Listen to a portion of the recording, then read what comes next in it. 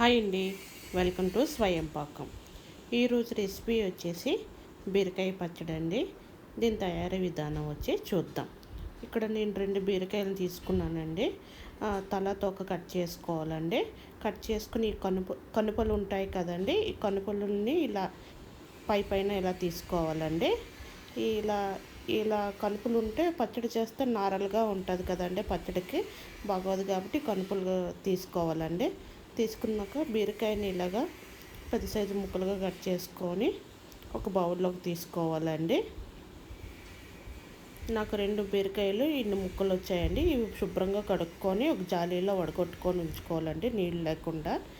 ఇప్పుడు స్టవ్ మీద ఒక ప్యాన్ పెట్టుకోవాలండి. ప్యాన్ పెట్టుకొని ఒక టేబుల్ స్పూన్ అంత ఆయిల్ వేసుకోవాలండి. ఆయిల్ వేసుకున్నాక ఒక 2 టేబుల్ స్పూన్ ధనియాలు, ఒక టేబుల్ స్పూన్ జీలకర్ర వేసుకోవాలండి. ఇవి 1 నిమిషం పాటు బాగా వేయించుకోవాలి.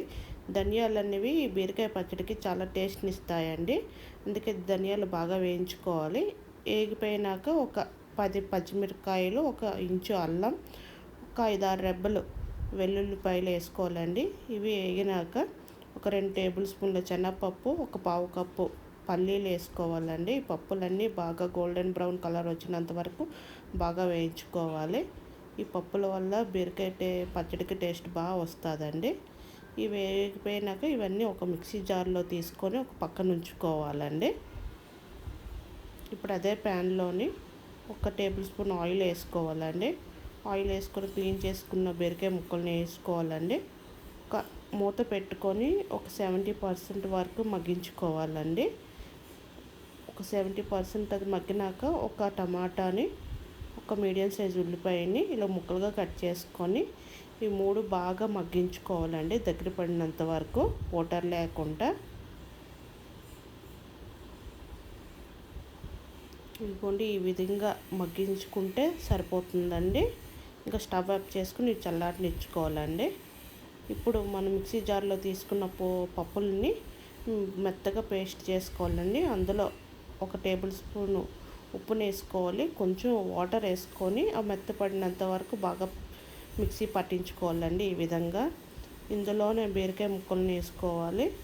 బీరకాయ ముక్కలు కూడా బాగా మెత్తగా మిక్సీ పట్టించుకోవాలండి. ఈ విధంగా మిక్సీ పట్టించుకున్న దాన్ని ఒక బౌల్లో తీసుకోవాలండి.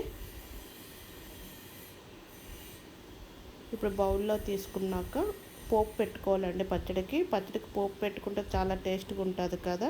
ఇప్పుడు పోపు దీంట్లోని 2 టేబుల్ స్పూన్లు ఆయిల్ వేసుకోవాలండి. 1 టేబుల్ స్పూన్ ఆవాలు చిరపట్టుకున్నాక ఒక 1/2 టీ స్పూన్ జీలకర్ర, ఒక 3 ఎండుమిర్చి అండి కట్ చేసుకొని వేసుకోవాలి.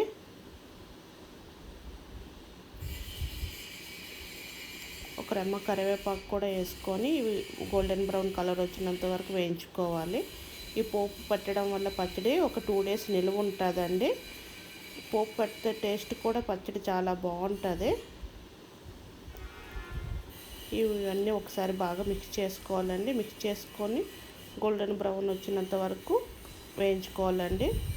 ఈ విధంగా ఇప్పుడు ఇలా వేగిపోయాయి కదండి, ఇదంతా పోపునంతా పచ్చడిలో వేసుకుందాం. పచ్చడిలో వేసుకొని బాగా మిక్స్ చేసుకోవాలండి. ఈ పచ్చడి అన్నంలోకి, దోశల్లోకి, చపాతీలోకి బాగుంటుందండి. ఈ పచ్చడి చారు పప్పు లేకుండా రైస్ మొత్తం ఈ పచ్చడితోనే తినేవచ్చండి, అంత టేస్ట్ ఉంటుంది. మీకు కనుక ఈ రెసిపీ నచ్చినట్టయితే లైక్ చేయండి, షేర్ చేయండి, నా ఛానల్ని సబ్స్క్రైబ్ చేసుకోండి. Thank you for watching.